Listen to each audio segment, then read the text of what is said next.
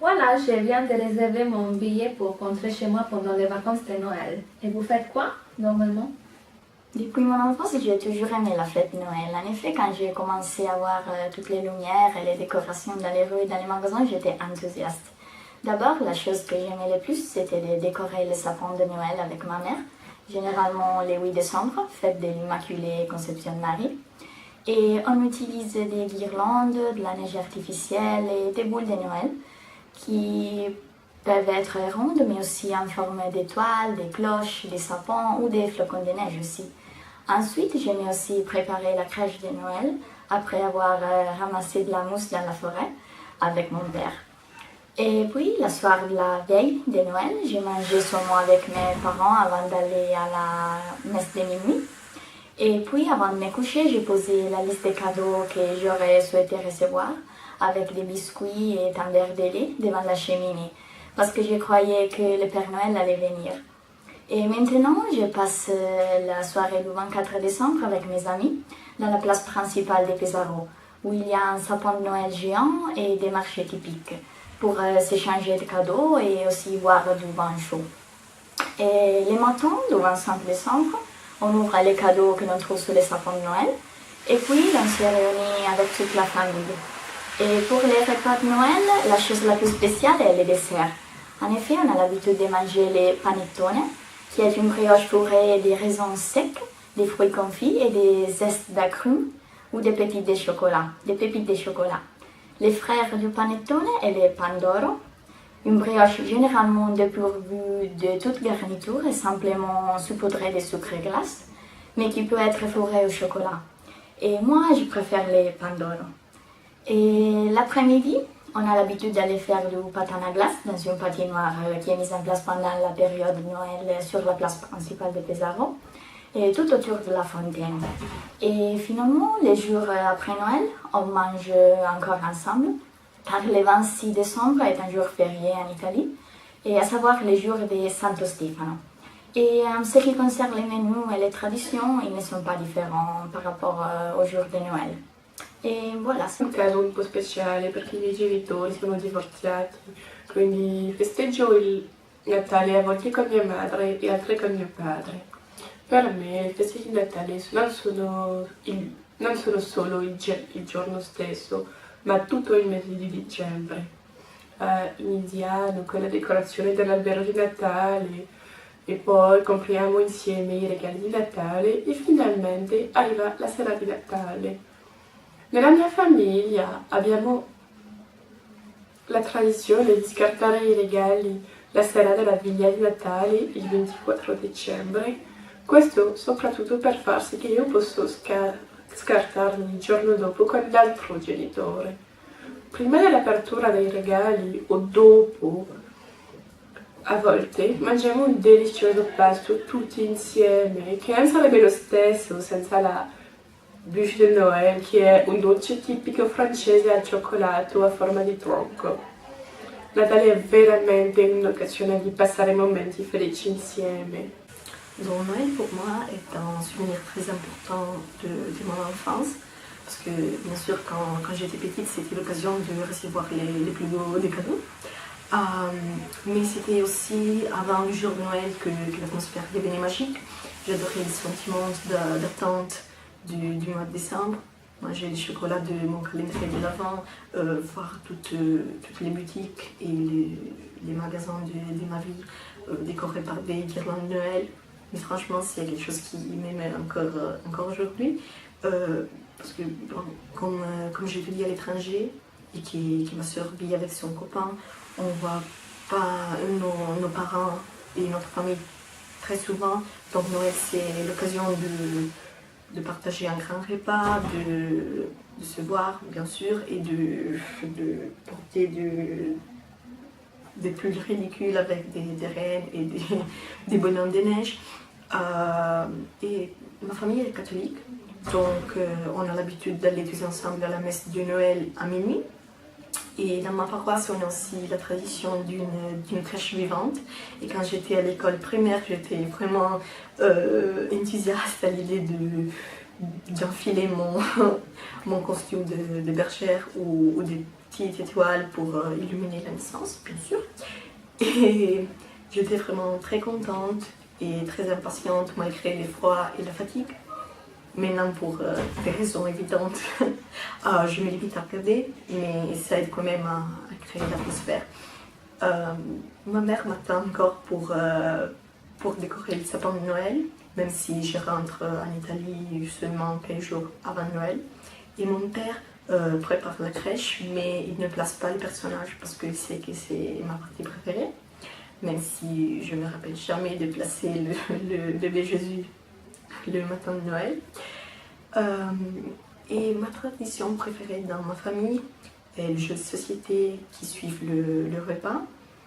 Comme à table, on est 8, 10, on a l'habitude de faire des équipes où les plus jeunes, donc ma soeur et moi, aident les plus âgés.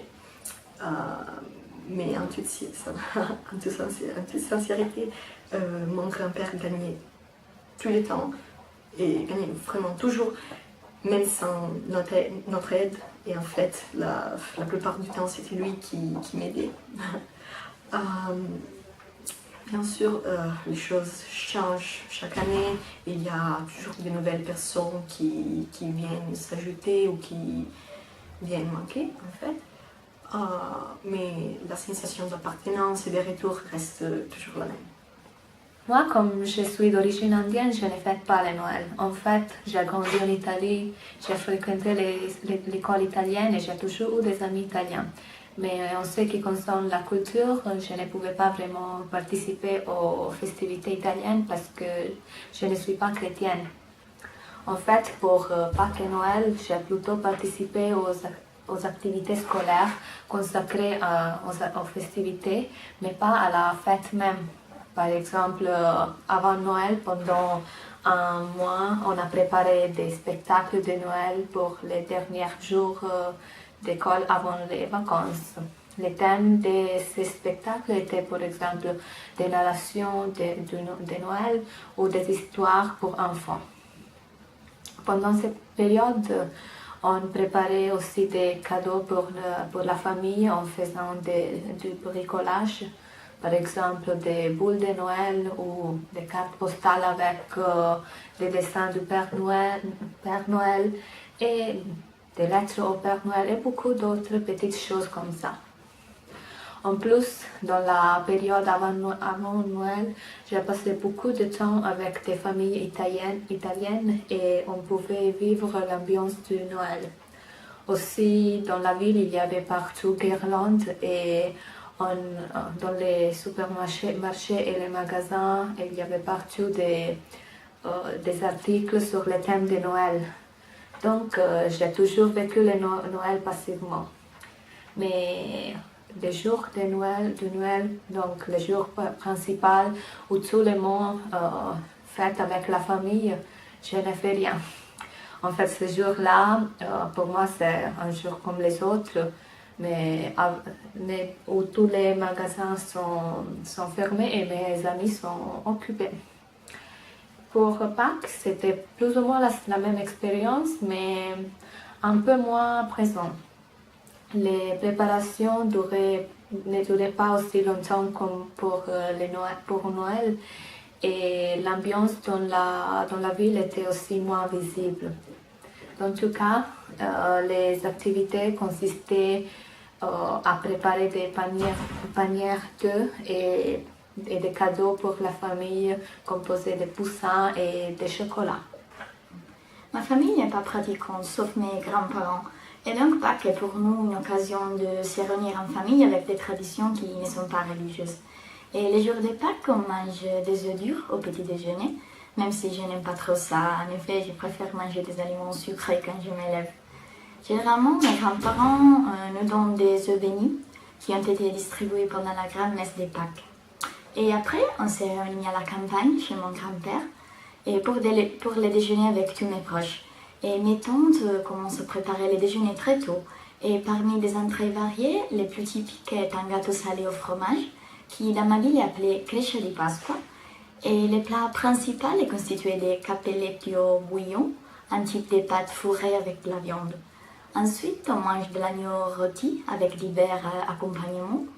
Et enfin, les desserts les plus typiques est la colombe de Pâques, un gâteau d'origine italienne moulé en forme de colombe et parsemé d'amandes et des petites décorations en sucre. On a aussi pour tradition de s'offrir des œufs de Pâques au chocolat avec des petits cadeaux à l'intérieur. Et quand j'étais petite, j'aimais recevoir les œufs Kinder car ils contiennent de jolis cadeaux assemblés. Et alors que maintenant, mes préférés sont les œufs au chocolat noir des Lindt et ils sont super. Et enfin, finalement, les jours après Pâques, qui est appelé lundi des langes, ou plus généralement Pasquetta en Italie, on a l'habitude de visiter des villes voisines comme Urbino, Fano ou Gradara, mais aussi de faire des excursions dans des parcs ou en montagne. Et dans ces cas-là, on fait des pique-niques et on joue à plein air. Pasqua per me non ha la stessa importanza del Natale. È il periodo dell'anno in cui si comprano i cioccolatini e spesso i miei nonni mi regalano conigli di cioccolata, anche se io non li mangio perché non mi piace tanto il cioccolato. Comunque la Pasqua mi ricorda dei bei momenti quando da piccola cercavo con mio fratello e mia sorella i cioccolatini nascosti nel nostro giardino. Pâques n'est pas accompagné par la même sensation d'attente qui est propre à Noël, même si ça devrait être la fête la plus importante selon la tradition catholique.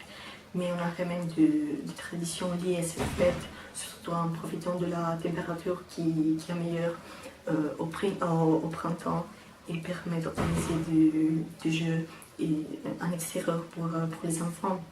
Je me souviens en particulier d'un an où mes parents m'avaient amené à un grand parc avec des aires de jeu et d'activités créatives et surtout bien sûr la chasse aux œufs colorés de chocolat. Mais dans des circonstances plus habituelles, la tradition des familles consiste à toujours assister à la messe de Pâques le soir avant le jour de Pâques et le matin à ouvrir les œufs de chocolat que moi et ma soeur n'avions pas vraiment le droit de manger parce que ça pourrait nous gâcher l'appétit en vue du repas de Pâques avec la famille, même si on est moins nombreux qu'à Noël. Et ça c'est parce que ma mère, donc la cuisinière, n'avait pas envie de passer toute la matinée devant le four chaud pendant une tiède journée de mars ou avril. Mais malgré ça, au cours des dernières années, il y a toujours plus de monde qui veut se rejoindre à nous pour les repas. Donc on a maintenant tendance à aller au restaurant pour profiter, comme je l'ai dit avant, de la belle saison. Et même si j'ai grandi, ma passion pour le chocolat et les surprises à l'intérieur n'est pas finie. Et je n'ai toujours pas le droit de le manger avant les repas de Pâques, mais en fait avant aucun repas. Donc voilà. Tu connais des fêtes typiques italiennes? Sì, conosco la festa della Repubblica del 2 giugno. Ah, et tu savais qu'en Italie, l'épiphanie est beaucoup plus importante qu'en France? No, non lo sapevo. E voi ragazzi, conoscete alcune feste francesi? Oui, moi je connais le 14 juillet, qui est la fête nationale de France. Et toi? Et en novembre, on a eu un jour de congé parce que c'était l'armistice, c'est vrai. Donc voilà. Il 2 giugno in Italia è la festa della Repubblica. Infatti, con il referendum del 1946, il popolo italiano decise di trasformare la nazione da monarchia costituzionale a repubblica. La cerimonia si divide in 3 momenti. Di prima mattina il presidente della Repubblica si reca all'altare della patria, luogo dedicato all'unità e alla libertà della patria, per deporre una corona di alloro a Milite ignoto. Successivamente avviene la parata militare in via dei Fori Imperiali, dove l'esercito italiano sfila assieme alla marina e all'aeronautica. Il momento più significativo della cerimonia è il passaggio delle frecce tricolori che, con fiumi tricolori, dipingono nel cielo azzurro di Roma la bandiera nazionale italiana. La festa si conclude nel pomeriggio con l'apertura dei giardini del Quirinale al pubblico con l'esecuzione di brani musicali da parte delle bande delle forze armate dello Stato. Infine, è tradizione che ogni anno in questa data i giovani che hanno compiuto o devono compiere i 18 anni ricevano una copia della Costituzione italiana. L'épiphanie est un jour férié en Italie qui a lieu le 6 janvier. Le mot épiphanie est d'origine grecque et signifie manifestation. Dans ce cas-là, on parle de la manifestation de l'arrivée de Jésus-Christ, à qui les trois rois mages rendent hommage. En Italie, la figure de la Befana est associée à l'épiphanie. Selon une légende, la Befana passe dans chaque maison où vivent des enfants la nuit précédant l'épiphanie.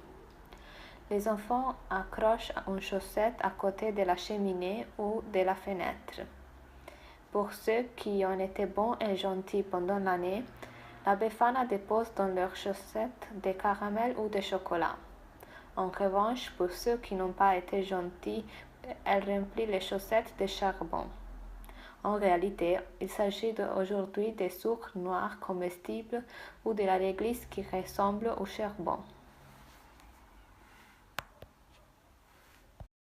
Le 14 juillet est la fête nationale française, qui a été instaurée par la loi en 1880 en référence à deux événements majeurs de l'histoire de France. Le premier a eu lieu en 1789. C'est la prise de la Bastille, symbole de la fin de la monarchie absolue de droit divin, de la société des ordres et des privilèges. Les seconds datent de 1790.